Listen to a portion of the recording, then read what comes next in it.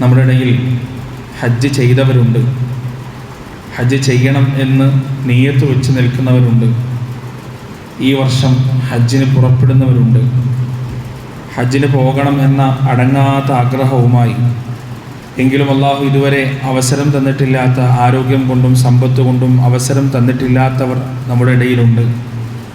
ആരോഗ്യവും സമ്പത്തും ഒഴിവു സമയവും എല്ലാം ലഭിച്ചിട്ടും മനസ്സുകൊണ്ടതിന് സന്നദ്ധത കാണിക്കാത്ത, അതിന് മുതിരാത്ത ആളുകളും നമ്മുടെ ഇടയിലുണ്ട്. ഏതായാലും അള്ളാഹു സുബ്ഹാനഹു വ തആല ആ പരിശുദ്ധമായ ഹജ്ജ് കർമ്മം നിർവഹിക്കാൻ റസൂലുള്ളാഹി സ്വല്ലല്ലാഹി അലൈഹി വസല്ലം ഒരുപാട് പ്രതിഫലങ്ങൾ പഠിപ്പിച്ചു തന്ന ആ പുണ്യ ഭവനത്തിൽ എത്തിച്ചേരാനും അള്ളാഹു സകല പാപങ്ങളും പൊറുക്കാൻ കാരണമാകുന്ന ആ മഹത്തായ കർമ്മങ്ങൾ ഏറ്റവും മഖ്ബൂലായ രീതിയിൽ, മബ്റൂറായ രീതിയിൽ നിർവഹിക്കാനും അള്ളാഹു സുബ്ഹാനഹു വ തആല നമുക്ക് ഏവർക്കും തൗഫീഖ് നൽകുമാറാകട്ടെ. പ്രിയപ്പെട്ടവരെ, ഹജ്ജുമായി ബന്ധപ്പെട്ട് ചില വിഷയങ്ങൾ മാത്രമാണ് ഇന്ന് നിങ്ങളോട് ഉണർത്താനുള്ളത്. ഹജ്ജിൻ്റെ കർമ്മങ്ങളുമായി ബന്ധപ്പെട്ടല്ല, ഹജ്ജുമായി ബന്ധപ്പെട്ട ചില ചിന്തകൾ, ചില ആലോചനകളാണ് ഇന്ന് നിങ്ങളോട് സംസാരിക്കാനുള്ളത്. പരിശുദ്ധ ഖുർആനിൽ സൂറത്തു ഹജ്ജിൻ്റെ 27-ാമത്തെ ആയത്തിലാണ് അള്ളാഹു സുബ്ഹാനഹു വ തആല ഇബ്രാഹിം അലൈഹിസ്സലാത്തു വസ്സലാമിൻ്റെ ഹജ്ജിൻ്റെ വിളംബരവുമായി ബന്ധപ്പെട്ട ആ ഒരു സംഭവം വിരിക്കുന്നത്. അള്ളാഹു പറയാണ് ഇബ്രാഹിം അലൈഹിസ്സലാത്തു വസ്സലാമിനോട് കൽപ്പിക്കാൻ, വഅദ്ദിൻ ഫിന്നാസി ബിൽ ഹജ്ജ് ഇബ്രാഹിം, അങ്ങ് ജനങ്ങളിൽ വിളംബരം ചെയ്യുക, ഹജ്ജ് കൊണ്ട് വിളംബരം ചെയ്യുക, ഹജ്ജിന് വേണ്ടി വിളിക്കുക. യഅ്തൂക റിജാല, നടന്നുകൊണ്ട് അവർ അങ്ങയിലേക്ക് വരുന്നതാണ്, അങ്ങയുടെ ആ മക്കയിലേക്ക് വരുന്നതാണ്.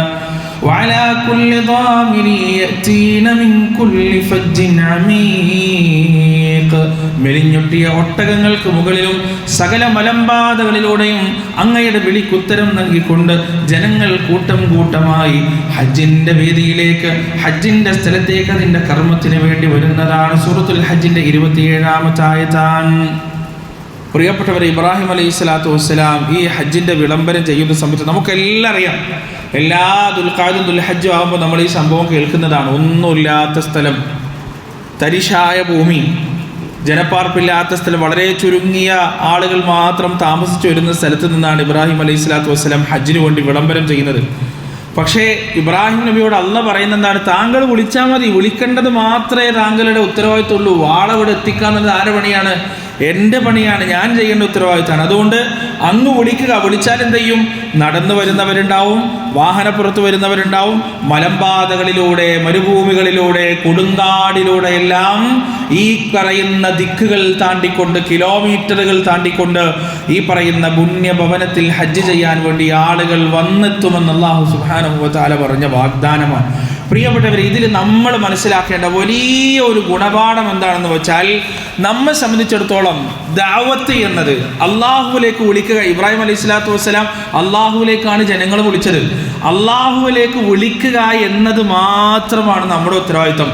ആളുകൾ ഇങ്ങോട്ട് മൂക്കയറിട്ട് പിടിച്ചു കൊണ്ടുവരാൻ എന്നുള്ളത് ആരുടെ ഉത്തരവാദിത്തമല്ല, നമ്മുടെ ഉത്തരവാദിത്തമല്ല. നമുക്കൊട്ടതിന് കഴിയൂല. മുഹമ്മദ് നബി സല്ലല്ലാഹു അലൈഹി വസല്ലമക്ക് അബൂ താലിബിന് ഹിദായത്ത് നൽകാൻ കഴിഞ്ഞു. പ്രിയപ്പെട്ടവരെ, അങ്ങനെ അള്ളാഹുവിൻ്റെ അടുത്തുള്ള സ്ഥാനം കൊണ്ട് ഒരാൾക്ക് മറ്റൊരാൾക്ക് ഹിദായത്ത് നൽകാൻ കഴിയണമെങ്കിൽ ഇബ്രാഹിം അലൈഹി സ്വലാത്തു വസ്സലാമിന് സ്വന്തം ബാപ്പാനെ നന്നാക്കാൻ പറ്റണ്ടേ? നൂഹ് നബി അലൈഹി സ്വലാത്തു വസ്സലാമിന് സ്വന്തം മോനെ നന്നാക്കാൻ പറ്റണ്ടേ? മുഹമ്മദ് നബി സല്ലല്ലാഹു അലൈഹി വസല്ലമക്ക് അബൂ താലിബിന് എളാപ്പാനെ നന്നാക്കാൻ പറ്റണ്ടേ? ഇത് നമ്മുടെ ഉത്തരവാദിത്തമല്ല. നമ്മൾ വിളിക്കുക, ആളുകൾക്ക് സന്ദേശം എത്തിച്ചു കൊടുക്കുക, കൃത്യമായ മെസ്സേജ് ആളുകൾക്ക് എത്തിച്ചു കൊടുക്കുക എന്നത് മാത്രമാണ് നമ്മുടെ ഉത്തരവാദിത്തം. ആ ഉത്തരവാദിത്തം നാം നിർവഹിക്കേണ്ടതുണ്ട്. തബ്ലീഗ് എന്ന ഉത്തരവാദിത്തം, ഈ ദീൻ എത്തിച്ചു കൊടുക്കുക. ബല്ലിഗു അന്നി വലൗ ആയ. റസൂലുള്ളാഹി സ്വല്ലല്ലാഹു അലൈഹി വസല്ലമയുടെ ഒന്നാമത്തതും അവസാനത്തതുമായ ഹജ്ജിന്റെ വേളയിൽ, ആ ഹജ്ജത്തുൽ വിദാഇന്റെ അറഫ പ്രസംഗത്തിൽ വെച്ച് നബി സല്ലല്ലാഹു അലൈഹി വസല്ലമ പറഞ്ഞ ഏറ്റവും സുപ്രധാനമായ ഒരു വിഷയമാണ് ഇതിന്റെ ബല്ലിഗു അന്നി വലൗ ആയ.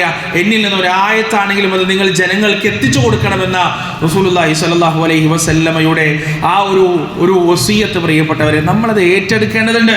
ഹജ്ജിന്റെ വിളിയുമായി ബന്ധപ്പെട്ട് നാം മനസ്സിലാക്കേണ്ട ഏറ്റവും വലിയ ഗുണപാഠം അതാണ്. ഒരാൾ നമുക്ക് കിട്ടിക്കഴിഞ്ഞാൽ അത് ഖുറാഫാത്തിലുള്ളവരാവട്ടെ അല്ലെങ്കിൽ അന്യമതത്തിൽപ്പെട്ടവരാകട്ടെ, ഈ സന്ദേശം എത്തിച്ചു കൊടുക്കേണ്ട ബാധ്യത നമുക്കുണ്ട്. നമുക്കത് നിർവഹിക്കാൻ വളരെ മടിയാണ്. നമ്മൾ ട്രെയിനിലൊക്കെ സഞ്ചരിക്കുമ്പോൾ നമ്മളൊരാളെ പരിചയപ്പെട്ടു എന്ന് വിചാരിക്കുക, സ്വാഭാവികമായും ഇസ്ലാമിനെ കുറിച്ച് കേട്ടിട്ടില്ല, അറിഞ്ഞിട്ടില്ല, മനസ്സിലാക്കിയിട്ടില്ല, അല്ലെങ്കിൽ ഇസ്ലാമിനെ കുറിച്ചുള്ള ഒരുപാട് തെറ്റിദ്ധാരണ കൊണ്ട് നടക്കുന്ന മനുഷ്യനാണ്. നമ്മളിങ്ങനെ ഒരുപാട് പൊതുകാര്യങ്ങളൊക്കെ പറയും, രാഷ്ട്രീയം പറയും, ലോകങ്ങളെ കുറിച്ച് പറയും, ലോകവിവരങ്ങളെ കുറിച്ച് പറയും, എല്ലാം പറയും. പക്ഷേ ഈ ദീനിനെ കുറിച്ച് പരിചയപ്പെടുത്തി കൊടുക്കാൻ നമുക്ക് എന്തോ ഒരു അപകർഷതയാണ്. നമ്മൾ എന്താ ചിന്തിക്കുക, ഞാനിപ്പോൾ ഇവനോട് പറഞ്ഞു കഴിഞ്ഞാൽ ഇവരെന്താ പേർക്ക് എന്നെ തീവ്രവാദിയായിട്ട് കാണൂലേ, എന്നെ ഭീകരവാദിയായിട്ട് കാണൂലേ, ആ നിമിഷം എന്നെക്കുറിച്ചുള്ള എല്ലാ മതിപ്പും തകർന്ന് തരിപ്പണാവൂലേ. ഇതാണ് മുസ്ലിം ഉമ്മത്തെ ലോകത്താകമാനം ബാധിച്ചിട്ടുള്ള ഒരു ജ്വരം, ഒരു രോഗം. ഇതാണ് നമുക്ക് നമ്മുടെ സന്ദേശം പറഞ്ഞു കൊടുക്കാൻ പറ്റുന്നില്ല. നമ്മെ സംബന്ധിച്ചിടത്തോളം അവരെ ഇംപ്രസ് ചെയ്യുക എന്നതിൻ്റെ എത്രയോ അപ്പുറത്താണ് പടച്ചോനെ ഇംപ്രസ് ചെയ്യുക എന്നുള്ളത്. അള്ളാഹുവിൻ്റെ ഇഷ്ടമാണ്, അള്ളാഹുവിൻ്റെ സ്നേഹമാണ് ഒരു മുസ്ലിമിനെ സംബന്ധിച്ചിടത്തോളം പ്രിയപ്പെട്ടവരെ ഏറ്റവും വലുത്. അതുകൊണ്ട് ഒരു മുസ്ലിമിന്റെ ഉത്തരവാദിത്തം എന്താണ്? അള്ളാഹു പറഞ്ഞു, ഉദ്ഉ ഇലാ സബീലി റബ്ബിക ബിൽ ഹിക്മതി വൽ മൗഇദത്തിൻ ഹസന. നിന്നെ കൊണ്ടാവുന്ന തരത്തിലുള്ള യുക്തിഭദ്രതയോടുകൂടി സതുപദേശത്തോടുകൂടി എൻ്റെ മാർഗത്തിലേക്ക് നീ ജനങ്ങളെ ക്ഷണിച്ചുകൊള്ളുക എന്ന് റബ്ബ് പറഞ്ഞാൽ ആ ക്ഷണത്തിന്റെ വിഷയത്തിൽ പിശുക്ക് കാണിക്കാൻ മുസ്ലിങ്ങൾക്ക് ഒരു തരത്തിലും പാടുള്ളതല്ല പ്രിയപ്പെട്ടവരെ. അതുകൊണ്ട് അള്ളാഹുലേക്ക് വിളിക്കാൻ നാം മടി കാണിക്കരുത്. വർഷങ്ങൾക്ക് മുമ്പ് വായിച്ച ഒരു സംഭവം ഓർത്തു പോകാൻ ഒരുപാട് വർഷമായി. എൻ്റെ ഓർമ്മ ശരിയാണെങ്കിൽ ഈ മിമ്പറിൽ വെച്ച് തന്നെ ആ സംഭവം പറഞ്ഞിട്ടുണ്ട്. ഒരു വളരെ തണുപ്പുള്ള ഒരു നാട്ടിൽ എല്ലാ വെള്ളിയാഴ്ചവും ദഅവത്തിന് ഇറങ്ങുന്ന ഒരു ഉപ്പയും മോനുണ്ടായിരുന്നു. ഉപ്പ ഖത്തീബാണ്, ചെറിയ മോനും ഉണ്ടായിരുന്നു. അങ്ങനെ ഒരു വെള്ളിയാഴ്ച അവർ ബാപ്പ ഇറങ്ങാൻ മടിച്ചു. തണുപ്പ് കൂടിയതിനാൽ പുറത്തേക്ക് നട്ടുച്ചക്കും നല്ല മരം കോച്ചുന്ന തണുപ്പാണ്, ദഅവത്തിന് ഇറങ്ങാൻ മടിച്ചു. മകൻ പറഞ്ഞു, ഉപ്പ ഏതായാലും നമ്മുടെ ഇന്നത്തെ ഇറക്കം കൊണ്ട് ഒരാൾക്കെങ്കിലും ഹിദായത്ത് കിട്ടിയ അത്രയായില്ലേ, അതുകൊണ്ട് ഞാൻ പോയിക്കളാമെന്ന് പറഞ്ഞ് ആ ഇസ്ലാമിനെ പരിചയപ്പെടുത്തുന്ന ഏതാനും കുഞ്ഞു ബുക്കുകളുമായി 11 വയസ്സ് മാത്രമുള്ള ആ കുട്ടി ഇറങ്ങിപ്പോയതാണ്. അങ്ങനെ വീടാന്തരം കയറി ഇറങ്ങി ഒരു വീട്ടിലേക്ക് പോയപ്പോൾ ഈ കുട്ടി ഒരുപാട് തവണ വാതിൽ മുട്ടി തുറക്കുന്നില്ല. അവസാനം തിരിച്ചു പോകാൻ നേരത്ത് ആ കുട്ടിയുടെ മനസ്സ് വീണ്ടും പറഞ്ഞു, പടച്ചോനെ എങ്ങാനും തുറന്നാലോ, ഒന്നുകൂടി ശ്രമിച്ചു നോക്കാം എന്ന് വിചാരിച്ച് ഒന്നുകൂടി തിരിഞ്ഞു നിന്ന് ആ വാതിൽ മുട്ടിയപ്പോൾ വാതിൽ തുറക്കുന്നത് പടുകിഴവിയായ, ശരിക്കും സംസാരിക്കാൻ കഴിയാത്ത, കണ്ണ് കാണാൻ കഴിയാത്ത, അങ്ങേയറ്റം വാർദ്ധക്യത്താൽ അങ്ങേയറ്റം അവശത ബാധിച്ചിട്ടുള്ള ഒരു സ്ത്രീയാണ് വാതിൽ തുറക്കുന്നത്. ആ സ്ത്രീയുടെ കയ്യിലേക്ക് ഈ കുട്ടി കൊടുത്തു, ഉമ്മ നിങ്ങളിതൊന്ന് വായിച്ചു നോക്ക്, നിങ്ങളിതൊന്ന് ഒന്ന് കണ്ണോടിച്ചു നോക്ക്, ഒരു പക്ഷെ നിങ്ങൾക്ക് ഉപകാരപ്പെട്ടേക്കാം എന്ന് പറഞ്ഞ് ഈ ബുക്ക്ലെറ്റും കയ്യിൽ കൊടുത്ത് ആ കുട്ടി വീട്ടിലേക്ക് തിരിച്ചുപോയി. പ്രിയപ്പെട്ടവരെ, ആ കുട്ടിയുടെ മനസ്സിൽ അത് പറ്റ വിട്ടുപോയി, അവനത് മറന്നുപോയി. പക്ഷേ 2 ആഴ്ചകൾക്ക് ശേഷം പിറ്റേത്തെ വെള്ളിയാഴ്ച ദിവസം ഖത്തീബ് ഖുതുബ കഴിഞ്ഞിട്ട് ആളുകൾക്ക് ചോദ്യം ചോദിക്കാനുള്ള അവസരം അവിടെ കൊടുത്തപ്പോൾ, വളരെ കുറച്ച് മുസ്ലിങ്ങൾ മാത്രമുള്ള നാടാണ്, ആ ഒരു അവസരം മാത്രം അവർക്ക് അവരുടെ ദീനിയായ വിഷയങ്ങൾ ചോദിക്കാനും പറയാനൊക്കെ ഉള്ളൂ. അങ്ങനെ അവസരം കൊടുത്ത സമയത്ത് പുരുഷന്മാരുടെ പുറകിൽ നിന്ന് നമസ്കരിക്കുന്ന സ്ത്രീകൾ നമസ്കരിക്കുന്ന പതിവാണ് ആ പള്ളിയിൽ. സ്ത്രീകളുടെ ഭാഗത്ത് നിന്ന് ഒരു വൃദ്ധയായ സ്ത്രീ എഴുന്നേറ്റ് നിന്നുകൊണ്ട് പറഞ്ഞു, എനിക്ക് എൻ്റെ സ്വന്തത്തെ ഒന്ന് പരിചയപ്പെടുത്തണമെന്നുണ്ട്, എനിക്ക് ചില കാര്യങ്ങൾ പറയാനുണ്ടെന്ന് പറഞ്ഞ് അവർ സംസാരിക്കാൻ തുടങ്ങാൻ. അവർ പറയാണ്, 2 ആഴ്ച മുന്നെയാണ് എൻ്റെ ഭർത്താവ് മരിച്ചത്, ഞങ്ങൾക്ക് മക്കളില്ല, കുടുംബക്കാരാരുമില്ല, എല്ലാവരും ഞങ്ങൾ കൈയൊഴിഞ്ഞിരുന്നു, എൻ്റെ ഭർത്താവിന് ഞാൻ എൻ്റെ ഭർത്താവിനും എന്ന നിലക്കായിരുന്നു ഞങ്ങൾ ജീവിച്ചുകൊണ്ടിരുന്നത്. പക്ഷേ 2 ആഴ്ച മുമ്പ് എൻ്റെ ഭർത്താവ് ഈ ലോകത്ത് നിന്ന് വിട പറഞ്ഞപ്പോൾ എൻ്റെ മനസ്സെന്നോട് ചോദിച്ചുകൊണ്ടിരുന്നു, പിന്നെ നീ എന്തിനു ഇവിടെ ജീവിക്കണം, നീ ആർക്കു വേണ്ടിയാണ് ഇവിടെ ജീവിക്കുന്നതെന്ന് എൻ്റെ മനസ്സിങ്ങനെ ചോദിച്ചുകൊണ്ടേയിരുന്നു. അവസാനം എൻ്റെ ഭർത്താവ് പോയ വഴിയെ പോകാൻ ഞാൻ തീരുമാനിച്ചു, ആത്മഹത്യ ചെയ്യാൻ തീരുമാനിച്ചു. ആത്മഹത്യക്ക് വേണ്ടി ഞാൻ തിരഞ്ഞെടുത്തത് കഴിഞ്ഞ വെള്ളിയാഴ്ചയായിരുന്നു. കൃത്യം എൻ്റെ ഭർത്താവ് മരിച്ച് ഒരാഴ്ച കഴിഞ്ഞ വെള്ളിയാഴ്ച ദിവസം മരണത്തിന് വേണ്ടി ഞാൻ തിരഞ്ഞെടുത്തു. അങ്ങനെ മരണത്തിന് വേണ്ടി തിരഞ്ഞെടുത്ത് അതിനുവേണ്ടി ഞാൻ ഒരുങ്ങി നിൽക്കുന്ന സമയത്താണ് എൻ്റെ വാതിലിൽ ആരോ വന്ന് മുട്ടുന്നത്. ആ മുട്ടുന്ന ആഗതൻ തിരിച്ചു പോകട്ടെ എന്ന് ഞാൻ വിചാരിച്ചു.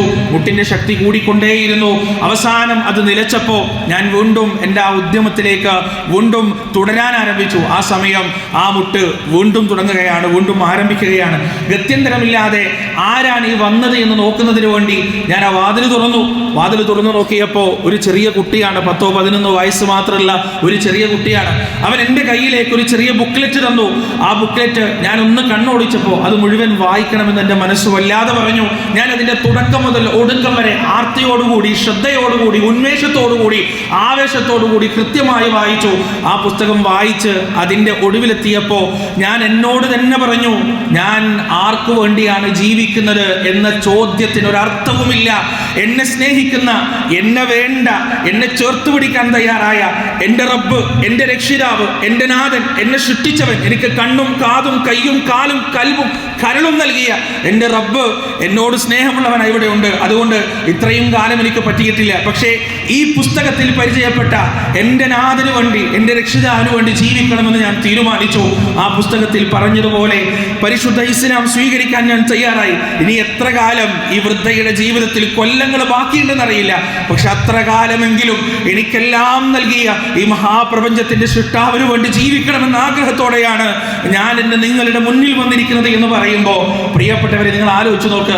11 വയസ്സുകാരനായ ഒരു കുട്ടി കാണിച്ച ഒരു ജാഗ്രതയിലൂടെ, ഒരു ചെറിയ ബുക്ക്ലെറ്റിലൂടെ മരണത്തിലേക്ക് കടക്കുമായിരുന്ന ഒരു വൃദ്ധയുടെ, ഒരു സ്ത്രീയുടെ ജീവിതം രക്ഷപ്പെട്ടുവെങ്കിൽ നമ്മൾ നൽകുന്ന ബുക്ക്ലെറ്റുകളാകട്ടെ, നമ്മൾ നൽകുന്ന ക്ഷണങ്ങളാകട്ടെ, നമ്മൾ നടത്തുന്ന പരിപാടികളാകട്ടെ, ഇഖ്ലാസ്, നീയത്തിൽ ഇഖ്ലാസ് ഉണ്ടെങ്കിൽ, നീയത്തിൽ ആത്മാർത്ഥതയുണ്ടെങ്കിൽ അതിന്റെ ഫലം കാണിക്കേണ്ടവൻ പടച്ച റബ്ബാണ്.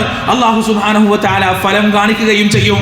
ഈ ഹജ്ജിന്റെ വേളയിൽ ഇബ്രാഹിം അലൈഹിസ്സലാത്തു വസ്സലാം ചെന്നായ്ക്കളുടെ ഓരിയടുകൾ, പാറമടകൾ തട്ടി പ്രതിധ്വനിക്കുന്ന മക്കയുടെ ആ വരണ്ട ഭൂമിയിൽ വെച്ച് നടത്തിയ ആ വിളിയാളമുണ്ടല്ലോ, അദ്ദേഹത്തിന്റെ ഹൃദയത്തിന്റെ അന്തരാളങ്ങളിൽ നിന്ന് നിർഗളിച്ച ആത്മാർത്ഥതയുടെ ഉന്നതമായ പ്രവാഹമാണ് യഥാർത്ഥത്തിൽ 10,000-ങ്ങളും ലക്ഷങ്ങളും കറുത്തവരും വെളുത്തവരും സകല ഭാഷയിലുള്ളവരും സകല രാഷ്ട്രത്തിലുള്ളവരും ഫ്ലൈറ്റിലും മറ്റും കയറി മരുഭൂമിയും മാമലകളും സാഗരങ്ങളും താണ്ടി പ്രിയപ്പെട്ടവരെ മക്കയുടെ ഭൂമിയിലേക്ക്, മിനയിലേക്ക്, അറഫയിലേക്ക്, മുസ്ദലിഫയിലേക്ക്, കഅബാലയത്തിലേക്ക്, മദീനത്തേക്കെല്ലാം ഇന്നാളുകൾ സഞ്ചരിച്ചെത്തുന്നുണ്ടെങ്കിൽ അതിന്റെ കാരണം മഹാനായ ഇബ്രാഹിം അലൈഹിസ്സലാത്തു വസ്സലാം അല്ലാഹു സുബ്ഹാനഹു വ തആലയുടെ കൽപ്പന കൃത്യമായി പാലിക്കുകയും ആ കൽപ്പനയുടെ അടിസ്ഥാനത്തിൽ അദ്ദേഹം ആത്മാർത്ഥമായി വിളിക്കുകയും ചെയ്തു എന്നത് മാത്രമാണ്. ഹജ്ജിന്റെ വിളിയും അതിന്റെ ഉത്തരവുമായി ബന്ധപ്പെട്ട ഏറ്റവും വലിയ ഗുണപാഠം എന്ന് പറയുന്നത്, അള്ളാഹു പറഞ്ഞത് നമ്മൾ ചെയ്യുക, അള്ളാഹുവിലേക്ക്, അവന്റെ മതത്തിലേക്ക്, അവന്റെ വഹ്ദാനിയത്തിലേക്ക്, അവന്റെ തൗഹീദിലേക്ക്, അവന്റെ റസൂലിന്റെ സുന്നത്തിലേക്ക് ക്ഷണിക്കുക എന്ന ഉത്തരവാദിത്തമാണ് റബ്ബ് സുബ്ഹാനഹു വ തആല നമ്മളെ ഏൽപ്പിച്ചിട്ടുള്ളത്. ആ ഉത്തരവാദിത്തം നാം കൃത്യമായി നിർവഹിച്ചാൽ റിസൾട്ട് പടച്ച റബ്ബിന്റെ കയ്യിലാണ്, റിസൾട്ട് അള്ളാഹുവിന്റെ കയ്യിലാണ്. ഒന്നാമതായി ഹജ്ജുമായി ബന്ധപ്പെട്ട വിഷയത്തിൽ നമ്മൾ മനസ്സിലാക്കേണ്ടതാണ്. രണ്ടാമതായി പ്രിയപ്പെട്ടവരെ, കഅബയുമായി ബന്ധപ്പെട്ട വിഷയവുമാണ് ഹജ്ജുമായി ബന്ധപ്പെട്ട അല്ലാഹു സുബ്ഹാനഹു വ തആല പരിശുദ്ധ ഖുർആനിൽ പറയുന്നത്. സൂറത്ത് ആല ഇംറാന്റെ 95, 96, 97 ആയത്തുകളിലൂടെ അല്ലാഹു സുബ്ഹാനഹു വ തആല പറയാണ്, ഇന്ന അവ്വല ബൈതിൻ വുദിഅ ലിന്നാസി ലല്ലദീ ബിബക്കത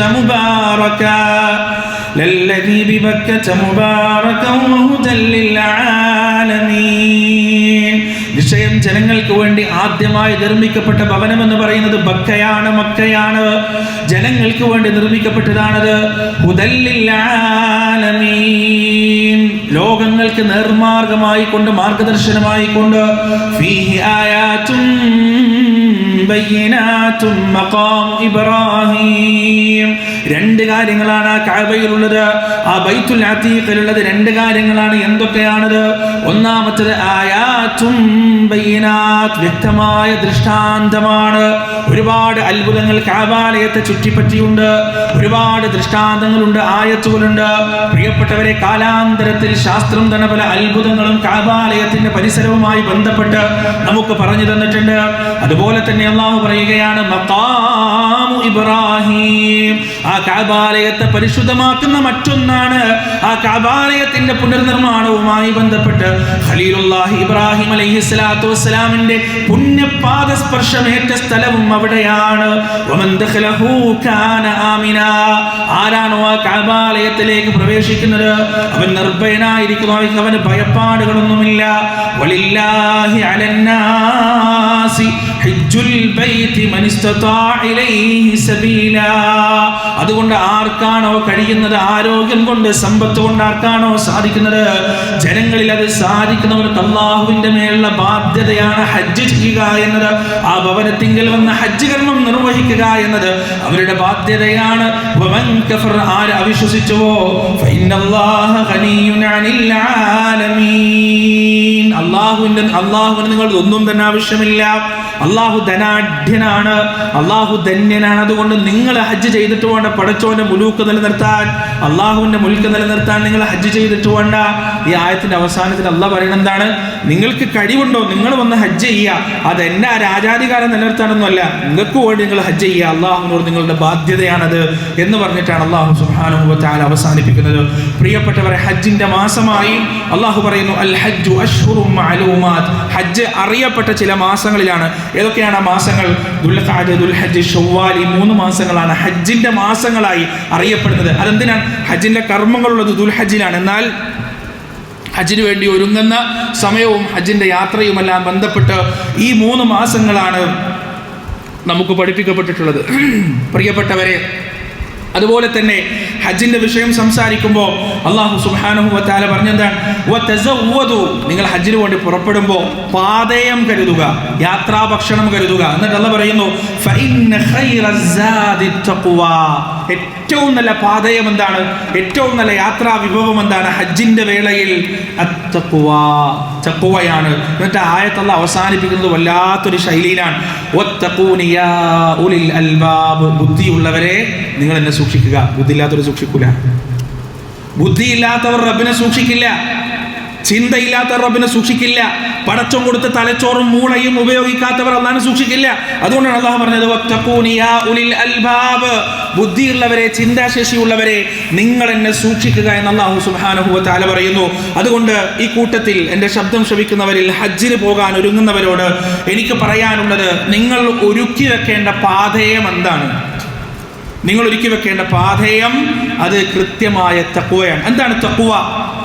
സ്വർഗത്തിലേക്ക് പോകുന്ന മുത്തഖികളെ കുറിച്ച് അല്ലാഹു സുബ്ഹാനഹു വ തആല അവരുടെ അടയാളമായി പറഞ്ഞത് എന്താണ്? അല്ലദീന യുൻഫിഖൂന ഫിസ്സറാഇ വദ്ദറാഇ വൽകാദിമീനൽ ഗൈദ വൽആഫീന അനിൻ നാസ്. 3 കാര്യങ്ങളാണ്. 3 കാര്യങ്ങളാണ് തഖ്വയായി ആയത്തിൽ അല്ലാഹു സുബ്ഹാനഹു വ തആല വിശദീകരിച്ചത്. എന്തൊക്കെയാണ്? ഒന്നാമത്തേത് പിശുക്കില്ലാതിരിക്കുക, സമ്പത്തിൽ നിന്ന് കൊടുക്കാൻ തയ്യാറാവുക. ഒരാൾ എന്തെങ്കിലും ആവശ്യപ്പെട്ടാലും അല്ലെങ്കിൽ ഒരാളുടെ ആവശ്യങ്ങൾ കണ്ടറിഞ്ഞാലും അത് കൊടുക്കുമ്പോൾ മനസ്സിനൊരു ചൊറിച്ചിലില്ലാതിരിക്കുക. ചില ആളുകൾ നിങ്ങൾ കണ്ടിട്ടില്ലേ? ആളുകൾ ഭിക്ഷക്കാർ ഭിക്ഷ ചോദിക്കുമ്പോൾ മൊത്തം സ്ക്രൂട്ടനൈസ് ചെയ്യും. ഇവന് ആരോഗ്യമുണ്ടല്ലോ, ഇവന് പണിയെടുക്കാൻ പറ്റുമല്ലോ, ഇവന് പൈസ വാങ്ങിച്ചിട്ട് കോടികൾ സമ്പാദിക്കുന്നുണ്ടല്ലോ, നിന്നോട് കൊടുക്കാനാണ് പറഞ്ഞത്. ചോദിക്കുന്നവരെ സ്ക്രൂട്ടനൈസ് ചെയ്യുക എന്നത് നിന്റെ ബാധ്യതയില്ല. കൊടുക്കാൻ പറ്റെങ്കിൽ കൊടുക്കുക, അല്ലെങ്കിൽ നല്ല വാക്ക് പറഞ്ഞ് പിരിഞ്ഞു പോവുക. അല്ലാതെ ചോദിക്കാൻ വരുന്ന, യാചിക്കാൻ വരുന്ന ആളുകളെ മൊത്തം ഇങ്ങനെ സ്കാൻ ചെയ്ത് അത് ഉള്ളതാണോ ഇല്ലാത്തതാണോ എന്ന് തീർച്ചപ്പെടുത്തേണ്ട ബാധ്യതയൊന്നുമില്ല.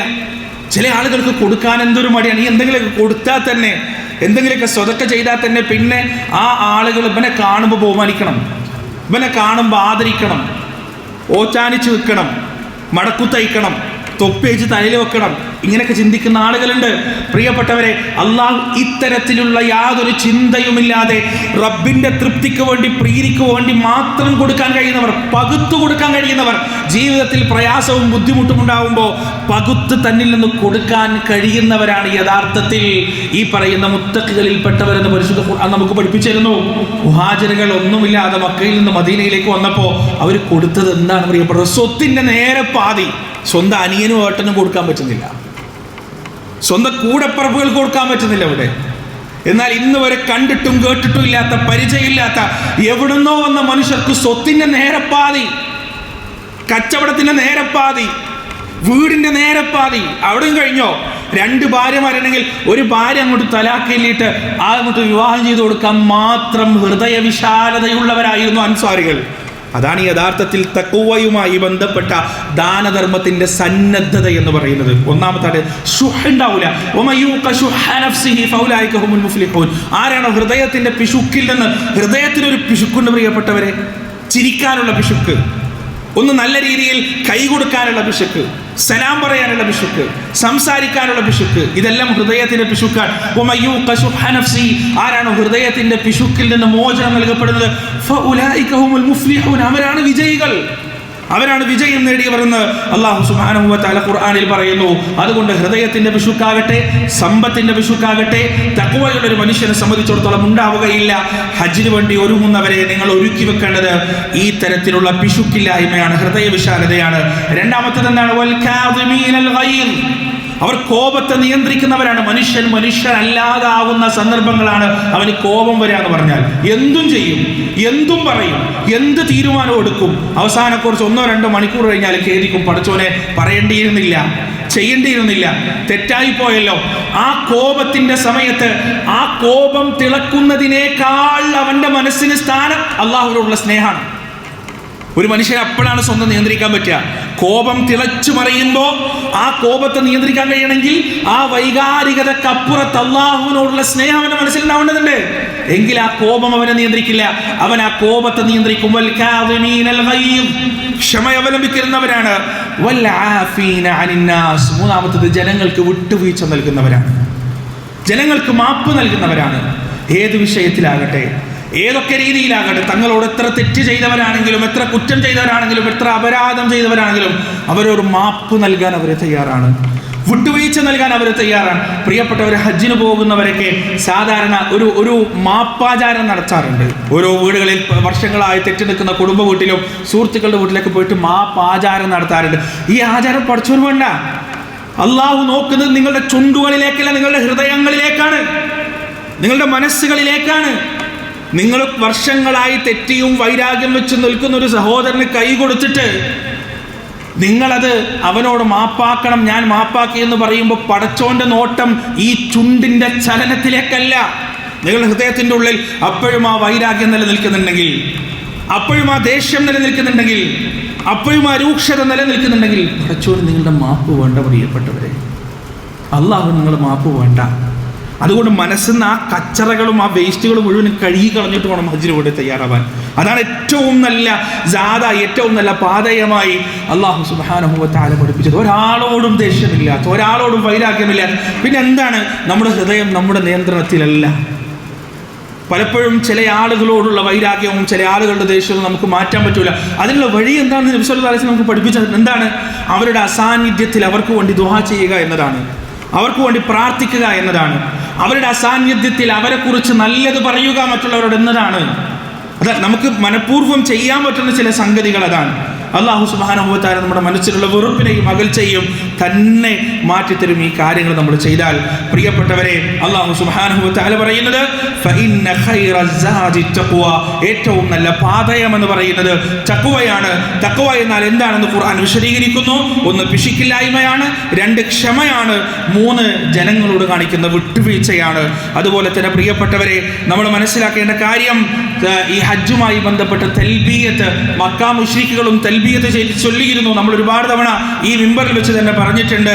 ഇബ്നു അബ്ബാസ് റളിയല്ലാഹു അൻഹു റിപ്പോർട്ട് ചെയ്യുന്ന ഹദീസിൽ നമുക്ക് കാണാം, കാനൽ മുശ്രികൂന യഖൂലൂൻ, മുശ്രിക്കുകൾ പറയുമായിരുന്നു, ലബ്ബൈക ലാ ശരീക ലക്, ലബ്ബൈക ലാ ശരീക ലക്, അല്ലാഹുവേ ഞാനിതാ വന്നിരിക്കുന്നു, നിനക്ക് പങ്കുകാരില്ല. ഫയഖൂലു റസൂലുള്ളാഹി സ്വല്ലല്ലാഹു അലൈഹി വസല്ലം, ആ സമയം പ്രവാചകൻ സ്വല്ലല്ലാഹു അലൈഹി വസല്ലം പറയുമായിരുന്നു, വൈലക്കും ഖദ്, ഖദ്, നിങ്ങൾക്ക് നാശം, അവിടെ നിങ്ങൾ നിർത്ത്, അവിടെ നിങ്ങൾ നിർത്ത്, അതിന്റെ അപ്പുറത്തേക്ക് നിങ്ങൾ പറയരുത്. ഫയഖൂലൂൻ, പക്ഷേ ആ പ്രവാചകന്റെ സദുപദേശവും തീവ്രമായ ആഗ്രഹവും ഭേദിച്ചുകൊണ്ട് അവർ പറയുമായിരുന്നു, ഇല്ലാ ശരീകൻ ഹുവ ലക തംലികുഹു വമാ മലക് യഖൂലൂന ഹാദാ വഹും യതൂഫൂന ബിൽ ബൈത്ത്. അവരിങ്ങനെ പടച്ചോനെ ഏത് തരത്തിലുള്ള പങ്കുകാരില്ലാതെ ആ പങ്കുകാരെ സഹായിക്കുന്നത് നീ കൊടുത്ത കഴിവിൽ നിന്ന് മാത്രമാണ് എന്ന് പറഞ്ഞിട്ട് അവർ കഅബാലയം തവാഫ് ചെയ്യുമായിരുന്നു.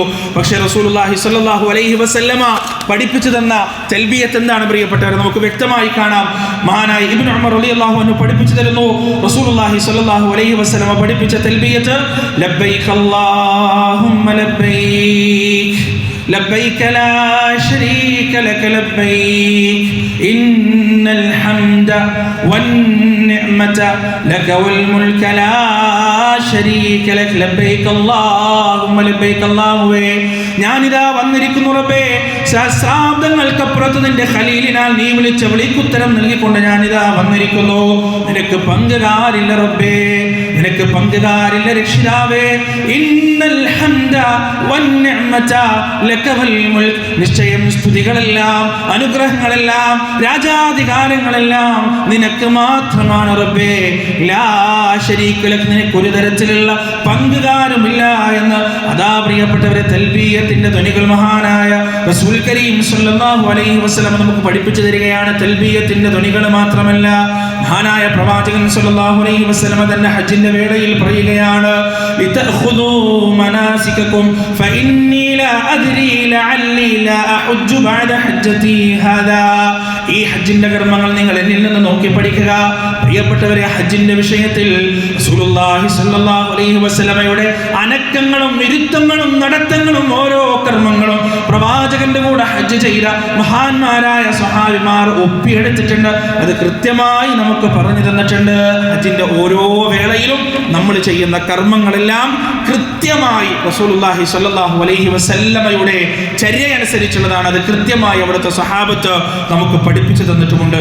അതുപോലെ തന്നെ നമ്മൾ ഹജ്ജിന്റെ വിഷയത്തിൽ മനസ്സിലാക്കേണ്ട മറ്റൊരു വിഷയം, പ്രിയപ്പെട്ടവരെ, ഒരാൾ ഹറാമായ മുതൽ കൊണ്ട് ഹജ്ജ് ചെയ്യാൻ വേണ്ടി പോവാൻ, ഹറാമായ പൈസ കൊണ്ട് ഹജ്ജ് ചെയ്യാൻ വേണ്ടി പോവാൻ അയാളുടെ വാഹനത്തിൽ കയറി മക്കയിലേക്ക് ആ വാഹനത്തിൽ ഇറങ്ങിക്കഴിഞ്ഞാൽ ആകാശത്ത് നിന്ന് ഒരാൾ വിളിച്ചു പറയുന്നതാണ്, വൈലക്കും നിനക്ക് നാശം, നീ എന്തിനാണ് ഇങ്ങോട്ട് വന്നത്? നിനക്കൊരു സന്തോഷ വാർത്തയില്ല, നീ ഇങ്ങനെ ലബ്ബൈക്കതിൽ ഇവിടുന്ന് കഴിയുന്നതൊക്കെ ചെയ്തിട്ട് നീ തിരിച്ചു പോയിക്കോ, നിന്റെ പാപങ്ങൾ കാരണമുള്ള ദുഃഖവാർത്ത മാത്രമാണ് നിനക്കുള്ളത്, അതുകൊണ്ട് നിന്റെ ഹജ്ജ് സ്വീകരിക്കപ്പെടുന്നതല്ല എന്ന് കൃത്യമായി അയാൾക്ക് പറയുന്നതാണ്. എന്നാൽ ഒരാൾ ഹലാലായ പണം കൊണ്ട് മക്കയിലേക്ക് ഹജ്ജിന് കൊണ്ട് വന്നു കഴിഞ്ഞാൽ ആകാശത്ത് നിന്ന് അയാളോട് വിളിച്ചു പറയപ്പെടുന്നതാണ്, അബ്ശിറൂ, നീ സന്തോഷിക്കുക, അബ്ശിർ, നീ സന്തോഷിക്കുക, നിനക്ക് സന്തോഷ വാർത്തയുണ്ട്, നിന്റെ കർമ്മങ്ങൾ സ്വീകരിക്കപ്പെടുന്നതാണ്, നീ വന്നിരിക്കുന്നത് ഹലാലായ പണവുമായിട്ടാണ്. അതുകൊണ്ട് പ്രിയപ്പെട്ടവരെ, ഹലാലായ പൈസ ഉണ്ടെങ്കിൽ മാത്രം ഹജ്ജ് ചെയ്താൽ മതി. ഇത് ഹലാലാണോ ഹറാമാണോ എന്ന് സംശയമുള്ള പണം ഉണ്ടെങ്കിൽ അതങ്ങോട്ട് മാറ്റി വെക്കുക. ഹജ്ജിന് പോകുമ്പോൾ ഹലാലായ പൈസ ഉപയോഗിച്ച് മാത്രം പോവുക, എങ്കിൽ മാത്രമേ ആ ഹജ്ജ് കൊണ്ട് കാര്യമുള്ളൂ. അതല്ലെങ്കിൽ വേറൊരു കാര്യം എന്താണെന്ന് വെച്ചാൽ, നമ്മുടെ നാട്ടിൽ ആജീക്ക എന്നുള്ള വിളി കിട്ടുന്നല്ലാതെ അതിൻ്റെ അപ്പുറത്തേക്ക് വേറെ ഫലമൊന്നും ഹജ്ജിനെ കൊണ്ട് ഉണ്ടാവില്ല. അല്ലാഹു സുബ്ഹാനഹു വ തആല നല്ല ഹലാലായ പണം കൊണ്ട് ഹജ്ജ് ചെയ്യാൻ, ആ ഹജ്ജിന് വേണ്ടിയുള്ള കൃത്യമായ പാതയങ്ങൾ ഒരുക്കി വെക്കാൻ നമുക്ക് ഇവർക്കും തൗഫീഖ് നൽകുമാറാകട്ടെ.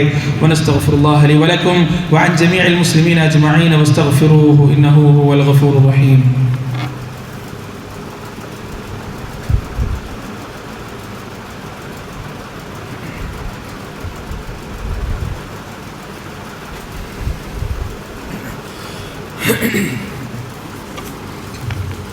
الحمد لله رب العالمين والعاقبة للمتقين فلا عدوان إلا على الظالمين ونشهد أن لا إله إلا الله وحده لا شريك له ونشهد أن محمدا عبده ورسوله أرسله بالهدى ودين الحق ليظهره على الدين كله ولو كره المشركون يا أيها الذين آمنوا اتقوا الله حق تقاته ولا تموتن إلا وأنتم مسلمون. അള്ളാഹുവിനെ സൂക്ഷിച്ച് ജീവിക്കണമെന്ന് സ്വന്തത്തോടും നിങ്ങളോടും ഒരിക്കൽ കൂടി വസിയത്ത് ചെയ്യുകയാണ്. പ്രിയപ്പെട്ടവരെ, മഖ്ബൂലായ മബ്റൂറായ ഹജ്ജിൻ്റെ പ്രതിഫലം എന്താണ് എന്ന് റസൂലുള്ളാഹി സ്വല്ലല്ലാഹു അലൈഹി വസല്ലം കൃത്യമായി നമുക്ക് പഠിപ്പിച്ചു തന്നിട്ടുണ്ട്. എന്താണ് അതിൻ്റെ പ്രതിഫലം? പ്രവാചകൻ പറയുന്നു, ഉറജഅ കയൗമി വലദത്ഹു ഉമ്മുഹു. നമ്മൾ ഒരുപാട് തവണ കേട്ടതാണ്. ഒരു ഉമ്മ ഒരു കുട്ടിയെ പ്രസവിക്കുമ്പോൾ എങ്ങനെയാണോ ആ കുട്ടിയുടെ അവസ്ഥ ഉണ്ടാകുന്നത്, ആ കുട്ടിയുടെ അവസ്ഥയിലേക്ക് ആ ഹജ്ജ് ചെയ്ത മബ്റൂറായ ഹജ്ജ് ചെയ്ത മനുഷ്യൻ മാറുമെന്ന്. സുബ്ഹാനല്ലാഹ്, പ്രിയപ്പെട്ടവർ, നമ്മളിതൊരു ഒഴുക്കമട്ടിലാണ് കേട്ടത്. പക്ഷേ ഇതിനെക്കുറിച്ച് ആഴത്തിൽ നമ്മളൊന്ന് ചിന്തിച്ചു നോക്ക്. ഒരു ഉമ്മ പ്രസവിച്ച കുട്ടി എന്ന് പറഞ്ഞാൽ അവനൊരാളോട് ദേഷ്യമില്ല, അവനൊരാളോട് വിരോധമില്ല, അവനൊരാളോട് വൈരാഗ്യമില്ല, അവൻ്റെ തിന്മയുടെ ഏടുകളിൽ ഒന്നുമില്ല. അള്ള കൊടുത്ത ഫിത്രത്ത് അതുപോലെ അവനുണ്ട്. അള്ള കൊടുത്ത ഫിത്രത്ത്, ടെൻഷനില്ല, പ്രയാസങ്ങളില്ല, ബുദ്ധിമുട്ടുകളില്ല, ആദികളില്ല, വ്യാധികളില്ല, വ്യസനങ്ങളില്ല, ഒന്നുമില്ല. വളരെ സമാധാനത്തോടെ ആ കുട്ടിക്കാകെ അറിയുന്നത് വിശന്നാൽ കരയാൻ മാത്രമാണ്, ഇടക്കിടക്ക് ചിരിക്കാൻ മാത്രമാണ്, കണ്ണിൽ ശരിക്ക് കാഴ്ച പോലും വന്നിട്ടില്ല. ആ ഒരു ശുദ്ധതയിലേക്ക് ഒരു മനുഷ്യനെ മാറ്റുന്ന ഒരേ ഒരു കർമ്മം മാത്രമേ ഉള്ളൂ. അതേതാണ് ആ കർമ്മം? പ്രിയപ്പെട്ടവരെ, ഹജ്ജ് എന്ന കർമ്മമാണ്. അല്ലാഹു സുബ്ഹാനഹു വ തആല കർമ്മം ചെയ്യാൻ നമുക്ക് ഏവർക്കും തൗഫീഖ് നൽകുമാറാകട്ടെ. അതുപോലെ തന്നെ ഹജ്ജിനെ കുറിച്ച് റസൂലുള്ളാഹി പറഞ്ഞത്, അൽ ഹജ്ജുൽ മബ്റൂർ ലൈസ ലഹു ജസാഉൻ ഇല്ലൽ ജന്ന. പുണ്യകരമായ ഒരു ഹജ്ജ് എന്ന് പറയുന്നത് അതിൻ്റെ പ്രതിഫലം സ്വർഗ്ഗമല്ലാതെ മറ്റൊന്നുമല്ല. ആജീക്കാന്നുള്ള വിളിയൊന്നല്ല ഹജ്ജിൻ്റെ പ്രതിഫലം. ചില ആളുകൾ അങ്ങനെയാണ് മനസ്സിലാക്കി മനസ്സിലാക്കി വെച്ചത്. ഹജ്ജിന് പോയി വന്നിട്ട് ആജീന്ന് വിളിച്ചില്ലേ ചില ആളുകൾക്ക് ഭയങ്കര പ്രയാസമാണ്, ഭയങ്കര ബുദ്ധിമുട്ടാണ്, ദേഷ്യമൊക്കെ പിടിക്കും. പിന്നെ ആജീന്ന് വിളിച്ചിട്ടില്ലല്ലോ. പ്രിയപ്പെട്ടവർ, ഇതല്ല യഥാർത്ഥത്തിൽ ഹജ്ജ് കൊണ്ട് കിട്ടുന്നത്. മബ്റൂറായ ഹജ്ജിന്റെ പ്രതിഫലം എന്ന് പറയുന്നത് എന്താണ്? ഇല്ലൽ ജന്ന, സ്വർഗ്ഗമല്ലാതെ മറ്റൊന്നുമല്ല എന്നാണ് റസൂലുള്ളാഹി സ്വല്ലല്ലാഹു അലൈഹി വസല്ലം നമുക്ക് പഠിപ്പിച്ചത്. ഉന്നതമായ കർമ്മങ്ങളുടെ പട്ടികയിലാണ് നബി സ്വല്ലല്ലാഹു അലൈഹി വസല്ലം അതിനെ എഴുതിയിരിക്കുന്നത്. ഏതൊക്കെ? ഈമാനും ബില്ലാഹി വ റസൂലി, അല്ലാഹുവിലും റസൂലിലും വിശ്വസിക്കുന്നത് പോലെ, അതുപോലെ തന്നെ ജിഹാദും ഫീ സബീലില്ലാ, രക്തവും ജീവനും നൽകി അല്ലാഹുവിന്റെ മാർഗ്ഗത്തിൽ ജിഹാദ് നടത്തി ഷഹീദാവുന്നത് പോലെ, ഹജ്ജുൻ മബ്റൂർ, ഈ 3 കർമ്മങ്ങളെയാണ് ഉന്നതമായ കർമ്മമായി റസൂലുള്ളാഹി സ്വല്ലല്ലാഹു അലൈഹി വസല്ലമ നമുക്ക് എഴുതി പഠിപ്പിച്ചു തന്നത്. അതുപോലെ തന്നെ ഹജ്ജ് ചെയ്യുന്ന വേളയിലെ മറ്റൊരു പ്രത്യേകത എന്ന് പറയുന്നത് മസ്ജിദുൽ ഹറാമിലെയും മസ്ജിദുൻ നബവിയിലെയും നമസ്കരിക്കാനുള്ള അവസരമാണ്. ഒരു വഖ്ത് നമസ്കാരത്തിന് 1,00,000 ഇരട്ടിയാണ് അല്ലാഹു സുബ്ഹാനഹു വ തആല പ്രതിഫലം ഓഫർ ചെയ്തിരിക്കുന്നത്. ആലോചിച്ച് നോക്ക്, നിങ്ങൾ ഒറ്റ വഖ്ത് നിസ്കരിച്ചാൽ മതി, 1,00,000 തവണ നിസ്കരിച്ചതിന്റെ പ്രതിഫലമാണ് അല്ലാഹു സുബ്ഹാനഹു വ തആല ഓഫർ ചെയ്യുന്നത്. ഒരു തവണ നിസ്കരിച്ചാൽ 1000 തവണ നിസ്കരിച്ചതിന്റെ പ്രതിഫലമാണ് ഓഫർ ചെയ്യുന്നത്. പക്ഷേ സങ്കടകരമെന്ന് പറയട്ടെ പ്രിയപ്പെട്ടവരെ, മക്കയിലും മദീനയിലുമെല്ലാം ബാങ്ക് കൊടുക്കുമ്പോൾ റൂമിലേക്ക് തിരിച്ചു പോകുന്ന ഒട്ടനവധി ആളുകളെ, പ്രത്യേകിച്ച് സ്ത്രീകളെ നമുക്ക് ഒരുപാട് കാണാൻ കഴിയും. അല്ലാഹു സുബ്ഹാനഹു വ തആല അവർക്ക് തിരിച്ചറിവും ബുദ്ധിയും നൽകുമാറാകട്ടെ.